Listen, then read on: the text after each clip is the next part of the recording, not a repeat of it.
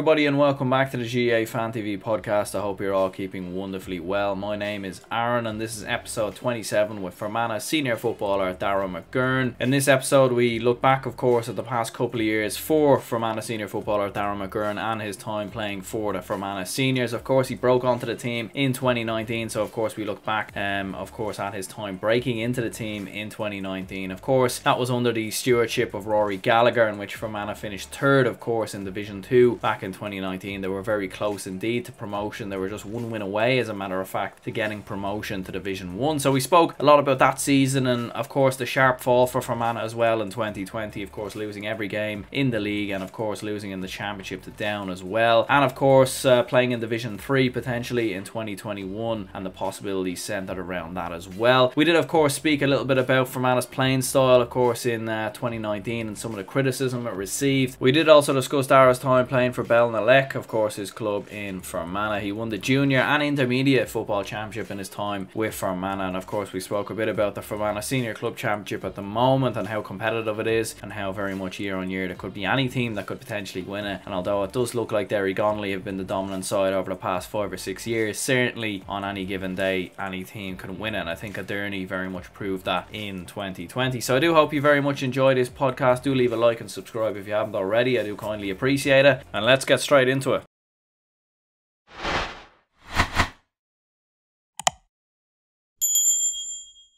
Okay, so I'm here now with Fermanagh senior footballer Darragh McGurn. I suppose first of all, Darragh, good to have you on to look back at your time playing for Fermanagh, and I'll also touch on Fermanagh's season last year as well in the championship and in the league. I suppose first of all, how's life with yourself? Not keeping too badly, I think. Just trying to keep on top of university work mainly, and then I'm trying to train away and keep fit, I suppose, for the upcoming season whenever it does start. But same as everyone else, I suppose, just trying to keep busy. Yeah, I mean, kind of same for everyone, really. Everyone's kind of in the same boat, I suppose. Like, how have you been managing yourself, like, without Gaelic football, like, without training? Like, I suppose it's such a long layoff, obviously, since, Fermanagh were last in the championship in their last competitive game. So how have you kind of been managing yourself with so much time off?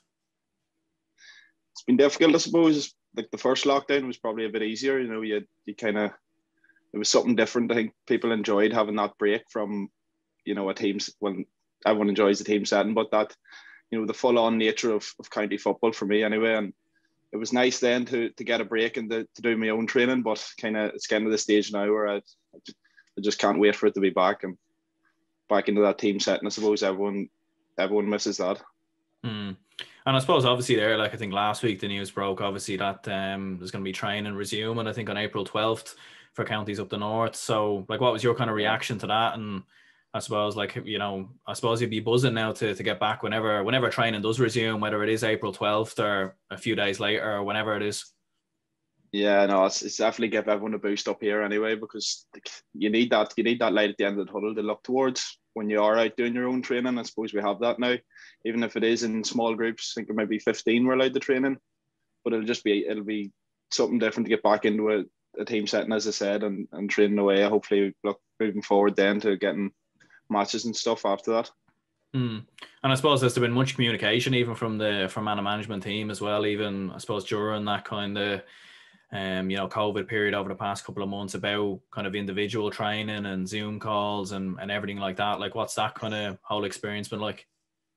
Yeah, it's been weird. Like, it's the Zoom calls, it's not the same. Like, it's hard to get much out of them. But we've been working away on our own trainings. I think we've all been using Strava. Our S&C coach Leon Carter's has been keeping us busy with sessions every week. So hopefully we'll be in good enough shape coming back, but it'll be just sooner rather than later, hopefully.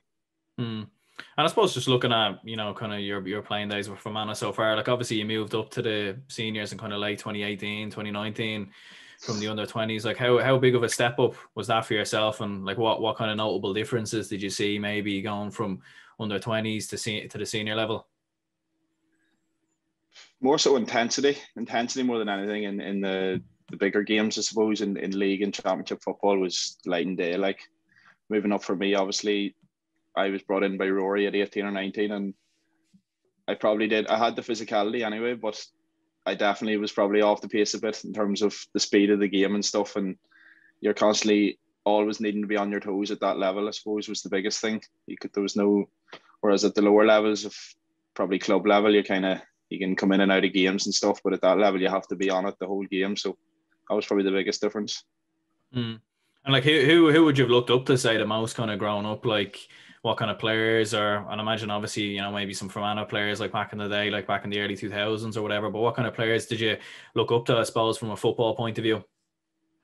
I suppose my earliest memories was probably 2004. I think everyone remembers that, when Fermanagh went the whole way to the All-Ireland semi-final and pushed Mayo, and probably should have went to an All-Ireland final, but players, obviously Marty McGrath, Barry Owens were the two main men, I suppose. Then they got all-stars, and then Colin Bradley in the forward line, and a few other players. Then 2008 obviously was another run, which kind of, as a young fella looking up, was always giving me hope, being at them big games, and it's something that always drove me on. Looking at 2008, it was probably similar enough. It was Marty McGrath in 2008, and probably 2004 it was Barry Owens. But then you've other players then at other counties, I suppose. I looked up to probably like Kieran Donaghy, Colin Cooper, players like of that stature. And then obviously Michael Murphy as well has been immense over the last 10 years, been someone I've kind of aspired towards. Yeah, I mean, Michael Murphy, definitely probably one of the best players to ever play the game, in my opinion. Anyway, like he always picks up a range of different positions, whether it's in the forward line or in the midfield. He kind of just roams everywhere, like all over the pitch. What kind of players, even in the team as well, do you think, like when you did kind of break into that senior team, like what kind of players would you maybe relied on, maybe for experience, or was there anyone even you kind of turned to and kind of, you know, got a bit of advice off, maybe even when you kind of first broke onto the senior team? Yeah, definitely. I suppose boys that kind of always was there to talk to. Maybe you had Owen Donnelly as captain, obviously. It's very approachable when I first came in. And then you have Sean Quigley, who obviously is Fermanagh's best forward and has been over the last number of years, apart from obviously last year when he stepped away. But just players like that I've kind of looked up towards. And, you know, everyone's approachable. Everyone always has been approachable. It's kind of been that way within Fermanagh and always has been. And when I first came in, I think there was a group of young players that came in at the same age as me. So I was comfortable enough in the environment. So I was happy enough coming into it. Yeah, definitely Sean Quigley, all right down the years for Fermanagh, has definitely been, you know, one of their top players without doubt. And like looking at that 2019 season as well, like obviously, like what was it like to kind of be involved in that kind of season? I mean, it's easy to look at 2020, and I'm sure we'll get onto that in a moment, but you know, you were one win away, I suppose, from promotion to Division 1, and I suppose Rory Gallagher like took you, you know, on quite the journey. 2018 Ulster final, promotion from Division 3, and obviously very close to promotion to Division 1 last year as well, or 2019. Yeah, 2019 was a year where kind of slipped away from us towards the end of that. Like we probably should have been in Division 1. If you take each game individually, we probably should have won all of them. And apart from maybe one of the last two games, we were probably poor enough. But, you know, if you look, the first two games we drew, we hadn't even got a win after two games, and then I think we won 3 in the bounce. So the first game against Cork was at home, I remember, and we 100% should have won that game comfortably even. We ended up drawing, and then down in Tipperary we conceded 2 extremely soft goals and ended up drawing that game as well. So if you look, there's very small margins. We probably should have been in Division 1, and you don't know where we'd be now. And now we're sitting in Division 3 with probably a lot of boys have stepped up. Well, quite a few boys have stepped away, and people might think it looks bleak for Fermanagh at the minute, but the new boys that have come in, kind of, we have a different perspective on it, and we're hopefully going to push on now and get back up to the levels that we were at when Rory was under us. Yeah, well, I suppose, you know, you've improved. Obviously, I know, like you were saying there, like a few other players have come in, but definitely, you know, the writing on the wall is there, I suppose, and what he's done in 2019, and you know, getting to an Ulster final in 2018. Like obviously Rory Gallagher as well, he was there for quite a number of years at Fermanagh. Like what was it like when you broke into the senior panel under him, and I suppose what's he like? Oh, he was very good. He helped me a lot, I thought. But when I came in, I suppose I missed the first year under Rory Gallagher, and he completely changed, you know, the outlook on Fermanagh football. It was probably looking down at before he came in, and then a lot of boys took hope, and like obviously people weren't a fan of his style of play, but it won games at the end of the day, and that's all we wanted to do as Fermanagh players. So he changed. I think even now we still have that foundation under us from Rory, like that defensive setup. We know how to play, we know how to win, but he definitely was one of the best coaches I probably played under. Yeah, and like you kind of alluded to it there in 2018 as well. Like obviously beating Monaghan on route to an Ulster final. I know you weren't in the senior panel at that stage, but like what was that like? I suppose, you know, what was the buzz like in Fermanagh in that year? Like obviously the second time I think he's ever reached an Ulster final. Like what was the buzz like in the county? I suppose when he's made that final against Donegal. It was unbelievable. Like it gave a lot of people hope in Fermanagh that we could win an Ulster title, I suppose. And even for myself, you know, I was kind of thinking I want to be there. Like it gave me that drive that year to push on and try and get into the team. I was kind of gutted then that because a few boys that I would be friendly with and at the same level as me had got into the squad that year and were around the panel when they did get to the Ulster final. So it gave me hope anyway, and it gave me motivation to push on and make the senior team. And I think it probably helped. It's helped the county as a whole as well. You know, as a youngster when you're growing up, I know when I was a youngster when we got the Ulster final in 2008, that's what spurred me on and gave me motivation. It's the same for the younger boys coming through from Fermanagh now. Like you need that kind of, well, it wasn't really success, but it's a big enough achievement to get into an Ulster final for Fermanagh. Yeah, absolutely. Like definitely kind of, I suppose definitely kind of paved the way like for a lot of younger players definitely to look up to. And even with Cavan, I'd say in 2020, I suppose that's kind of very similar situation. I know they've won multiple Ulster titles before, but you know, I suppose it was a long time since they won one anyway. Like obviously you were kind of alluding to it there earlier, like kind of some of the criticism under Rory Gallagher's kind of football style. Like for me personally, I never seen an issue with it. I think at the end of the day, you set up the team what way you can to win games. We see that in other sports and should be no different in Gaelic football or hurling. In my opinion, you make the best of what you can. So like what did you kind of make of some of that kind of criticism, I suppose, at times kind of labeled towards him? You kind of, when you're in it, you kind of just have to ignore it because, you know, people just kind of like giving out at the end of the day. Like we knew that playing that style of football was probably the only way we were going to win games. And we did win games even in my first year when I came in. We, as I said before in Division 2, we probably should have been promoted. Like, so I'd rather, I think any Gaelic footballer at inter-county level would rather win playing ugly than lose playing an expansive style of football. Like even if you were winning game or losing games by 4 or 5 points, but you were kicking 16 points, it's not as good as winning the game by 1 point with a really low scoring. Like, so definitely. Absolutely, yeah. Like it is all about winning, I suppose, at the end of the day. Like, and definitely for Rory Gallagher, he definitely kind of set the benchmarks there, like for Fermanagh in many ways. Like, and I suppose were you surprised then when you left? And obviously, Ricey McManaman's come in, but were you surprised a bit when Rory did leave?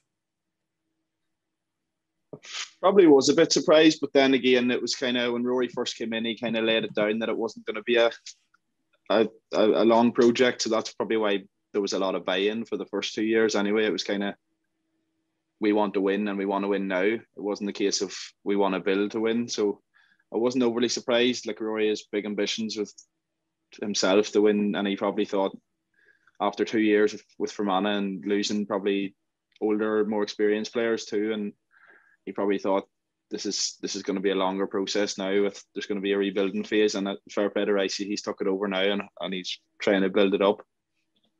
Yeah, I suppose with Rory, like, it'll definitely be interesting to see how he gets on at the area anyways, like in the next couple of years.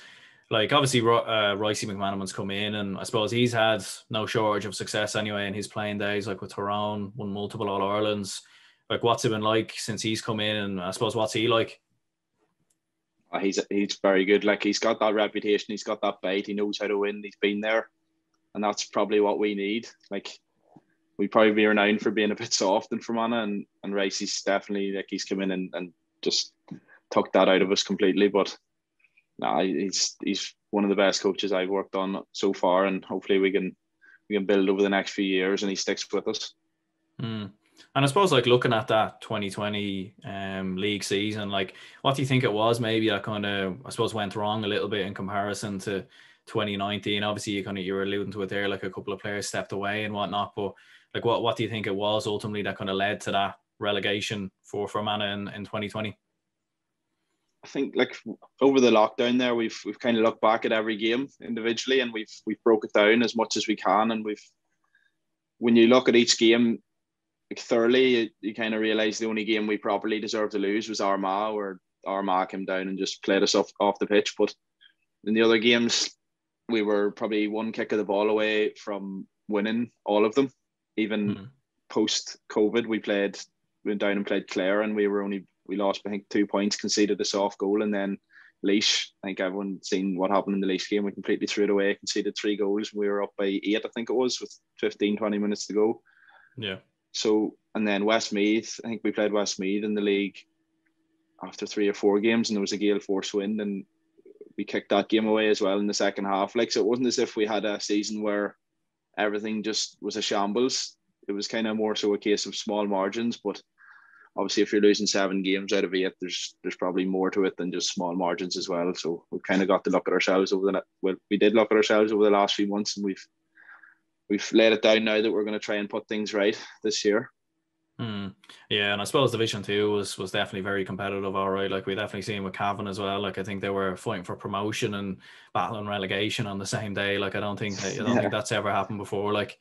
And I imagine it was quite difficult as well coming back after because I know there was a kind of a COVID outbreak a little bit in Fermanagh as well. Like when he's first kind of came back, like I'd imagine that was kind of a bit difficult to deal with as well, kind of around the Laois game and the Clare game as well. Yeah, like in the squad, I think we might have had 10 boys with maybe 7 or 8 of them who should have been playing. We had all just got COVID maybe 2 weeks before the Clare game. I think we might have had 1 training session before that game, so it was definitely difficult. And that's we kind of came together as a group, and we said we had talked about throwing that match and saying, you know, like because I remember the whole thing, we wanted the game moved just because we hadn't any training done, and then we said, you know what, we'll just give it a go, and we came together and we actually put in a very good performance that day, and probably should have won the game, but you know, it's not much we can do about it now. Like, yeah, I mean. Yeah, I suppose it is what it is. It's kind of, you know, it was like that, I suppose, in Leitrim as well. And Sligo, I suppose, kind of had to pull out a championship as well. Like, at least fair play to yourselves. Like, he's fielded a team. He's kind of got on with it, I suppose. But I know in Sligo, maybe the situation was a little bit different. But I suppose looking at that down defeat in the championship, like, how would you kind of reflect on that game, I suppose?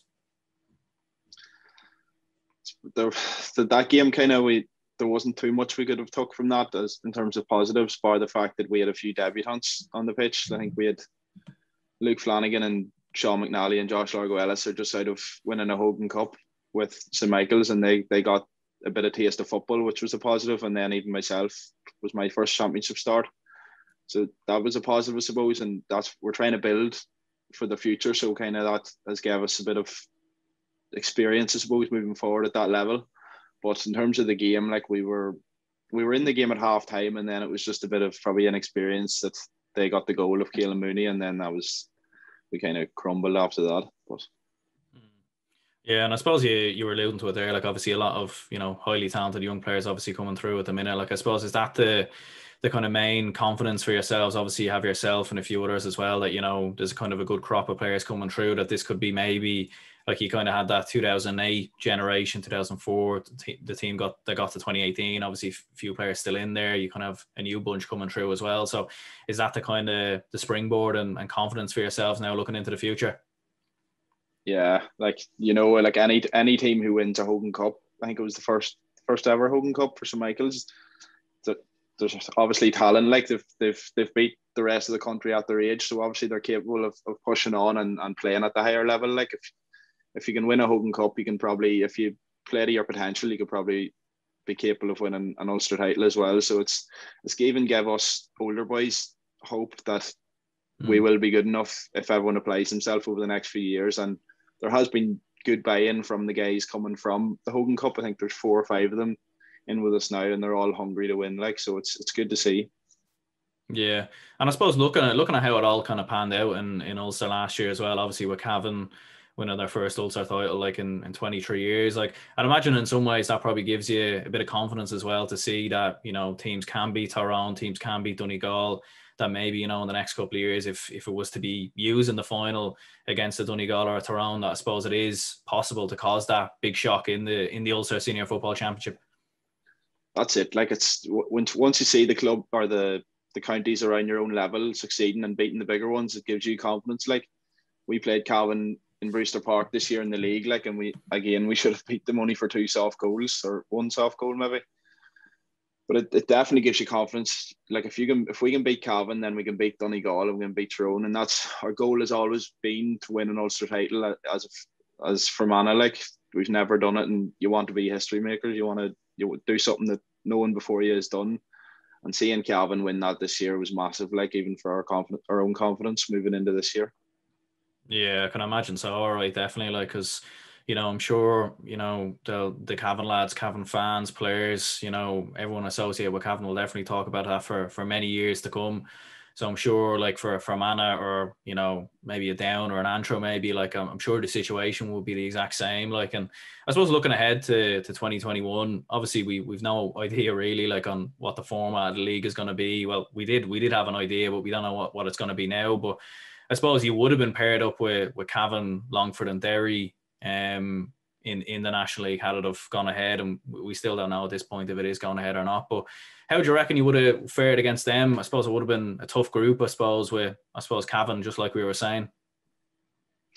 Yeah, like you look at the other side of the draw, we've definitely got the tougher side, but then again, we fancy ourselves against all 3 of them. Like, although you probably would, if you to pick out of the 7 teams, you probably wouldn't pick what we have at that side, but there's no doubting that we can beat them teams. So we'd have full confidence going into the games that we could win them. But I don't know what's going to happen now, whether they're going to abandon the league and just go ahead with the championship or not. But I'd like to think we'll have some league football, because you don't want to be building to just a few games. Like, yeah, definitely. Yeah, to go straight into the championship definitely would be a bit odd. All right, like maybe what they might do maybe is abandon the kind of league semi-finals and finals like what they done last year. Maybe just do the group stages and kind of base it off that. But yeah, hopefully, definitely at some stage they can do something in the league. Like, and I suppose what kind of players do you kind of see coming through at the minute as well that you reckon could make a difference even in the squad right now, kind of in 2021, be it in the championship or the National League?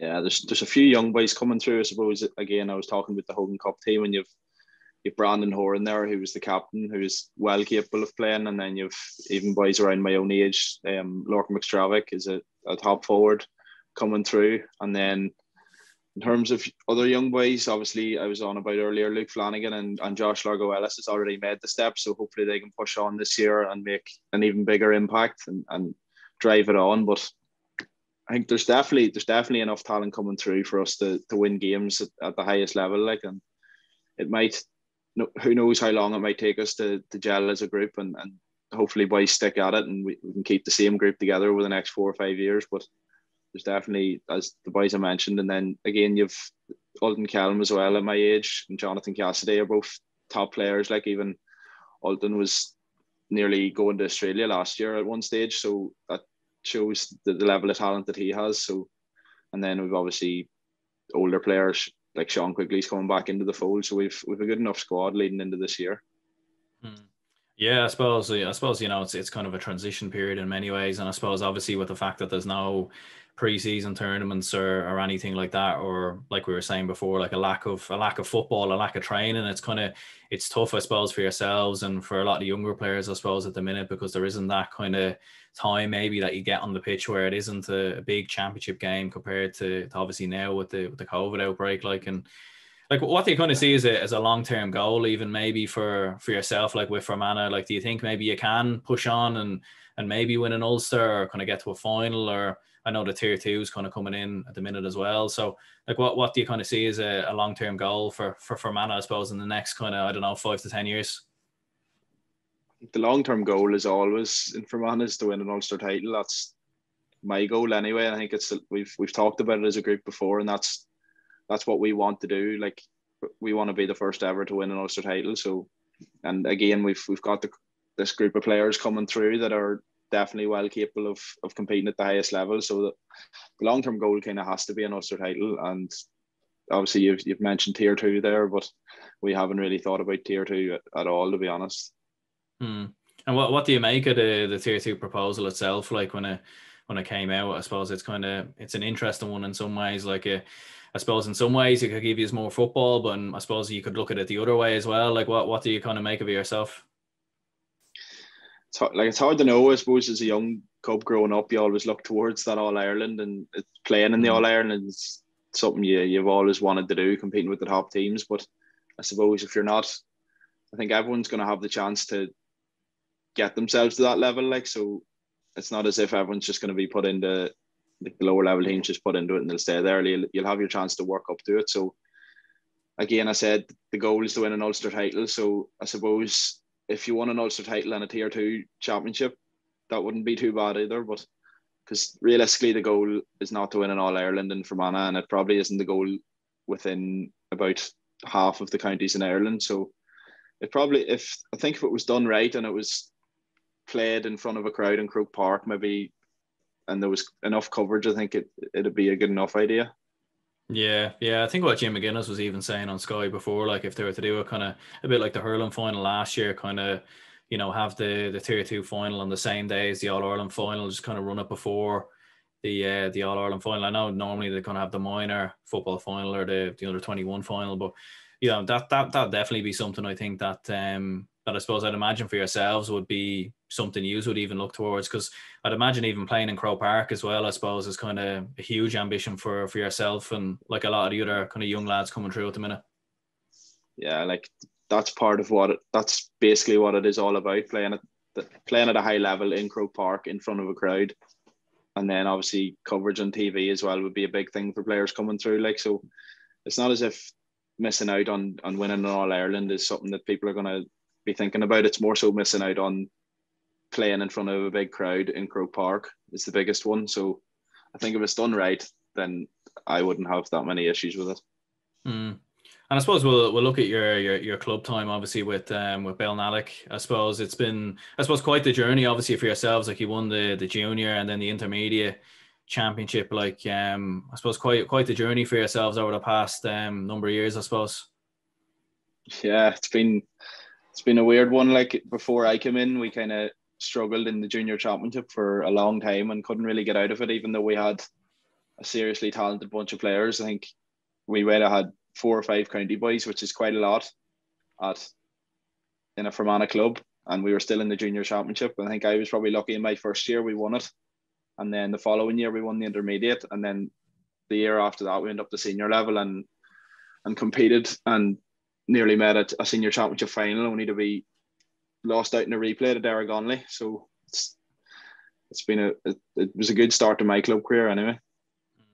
Yeah, and I suppose it's no shame in losing to Darragh. Like, obviously won 5 in a row before last year. Like, and like, what do you think it was that even propelled you on even to win that junior championship and the intermediate championship? Like, obviously you were saying there, highly talented, bunch of players, but I suppose at the same time, it is quite a huge step up from where you were kind of struggling a bit. So what do you think it was that maybe kind of propelled you on in those kind of past couple of years? I think we had a decent group of young players that came through there in the last 3 or 4 years, I suppose. And when I first came in, maybe there was 2 or 3 of us that just kind of probably gave the boys that were in the team a bit of a boost. And there was, like, before we came in, there probably wasn't much competition for places whatsoever. And when we came in, then it was much more competitive, like, and it probably drove boys on and realised the talent that was in the group. And we knew as well, like we got the Ulster Junior final that year as well, and should have probably won it. But then in the last few years, we've always known, like, there's not much difference between clubs in Fermanagh anyway, at senior level and intermediate level. So we knew we were going to be able to compete with any team in Fermanagh. And then the young boys kind of bought in, I suppose, and decided that we were going to compete.